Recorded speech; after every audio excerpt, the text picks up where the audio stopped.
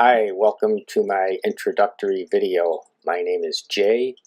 I'm a tree lover. I'm going to tell you about my recent experiences with pruning young trees in the urban forest and how I got there. In 2016, I was fortunate enough to be part of a program to train urban tree stewards with the Western New York Community Tree program. The experience covered a lot of general tree topics, but with a focus on pruning young trees, preparing students to go out into the urban landscape and make corrections to trees that have long been neglected. Then I've been volunteering pruning in the city of Buffalo and the city of Tonawanda, with the hopes of leaving the planet better than when I came here. I've put together a series of narrated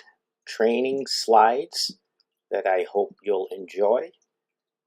You can follow me at my Facebook community page called We Care Tree Care, and I hope you enjoy and benefit from what I've learned.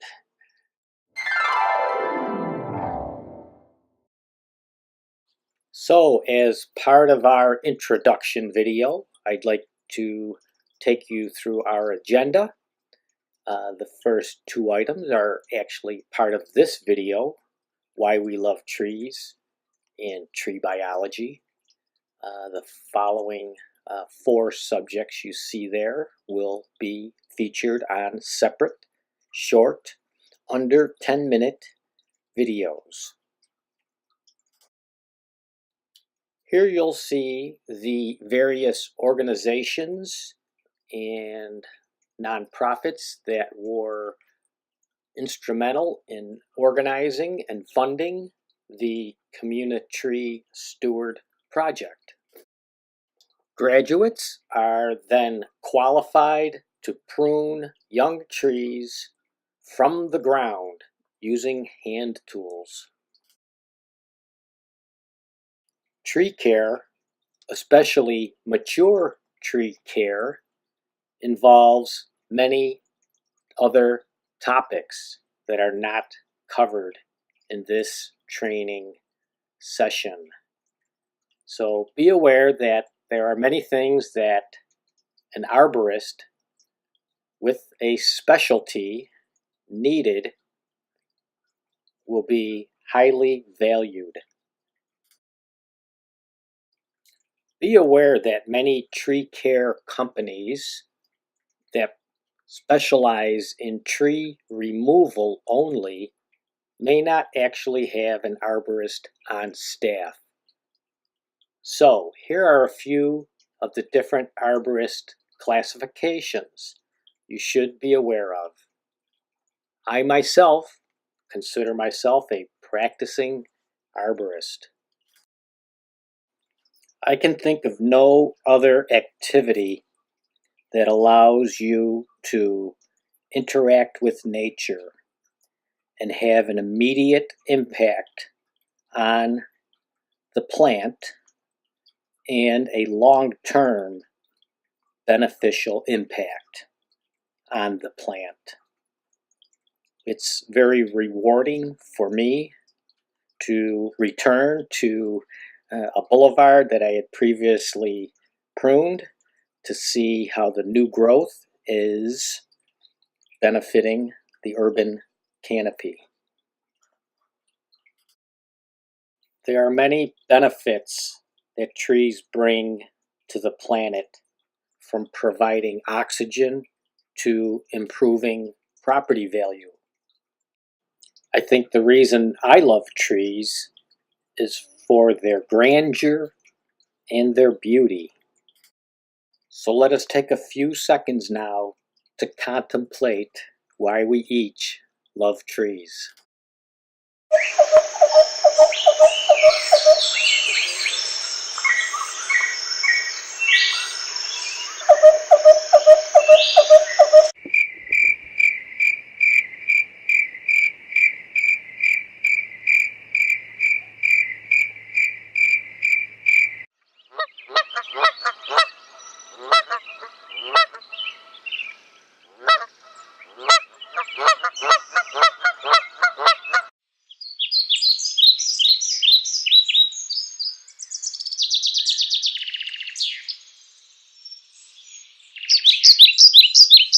You may have noticed that two of the previous images were trees in their natural environment, and two of the images were trees adapting to their man-made environment. Trees in their natural environment in the forest grow tall and straight as they reach for the limited sunlight at the top of the canopy, while trees in the landscape grow broad with an entirely different branch structure, which is said to be weaker than the forest tree.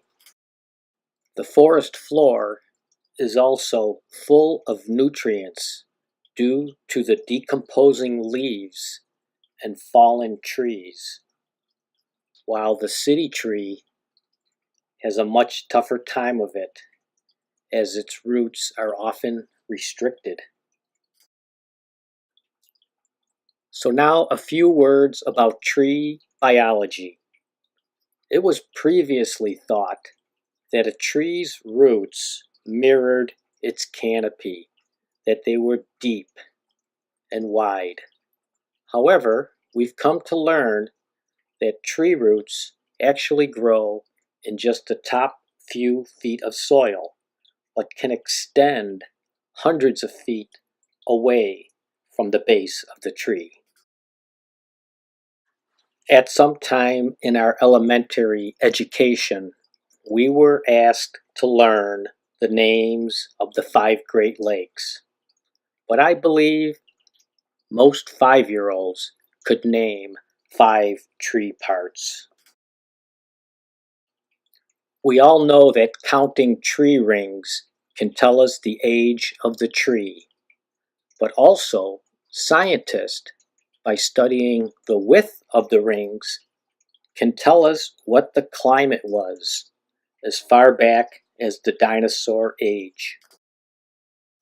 Just as the human circulatory system delivers nutrients and oxygen throughout the body, so does the tree's circulatory system by moving water and nutrients throughout the tree. The tree's circulatory system is a thin layer between the hardwood and the outer bark. It consists of the xylem and the phloem. The other big word you may want to brush up on is photosynthesis. This is a process used by plants to convert light energy into chemical energy to fuel the organism. Having an open wound for a human or a tree is a time when pathogens may enter the body. While it's fair to say that trees heal themselves, the more accurate term that arborists use is compartmentalization. Okay, I promise no more big words, but I will challenge you on your next walk through the neighborhood or local park to start to observe tree pruning that has taken place and how the wound is healing itself. Your next homework assignment is to observe the shape and forms of trees that you may come across. Some will have a central trunk with strong branches emanating from the central trunk. Somewhere near the top of the tree, you may see the trunk split into two and start to take on a V shape. Other trees will not exhibit the strong central trunk, but will have many branches forming a V shape near the base of the tree. Which tree do you think has stronger branches? So that's the end of our introduction where we covered why we love trees and some tree biology. On the next sessions, we'll be covering basic tree care. Why we prune will show some neglected trees and the hazards that they exhibit.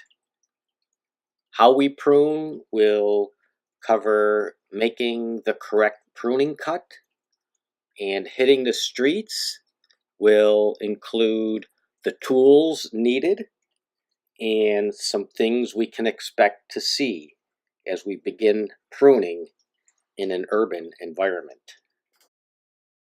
So I want to thank you for your time and your interest in this information. I hope that you'll continue with the next sessions on corrective pruning for young trees. Here are some additional resources that I used to deepen my understanding of tree pruning. Many of them are in a video format, but if you like to hold a book in your hands, I highly recommend you check your library or Amazon for Dr. Ed Gilman's Illustrated Guide to Pruning. And finally, I'd like to invite you once more to follow me at my Facebook community page at We Care Tree Care.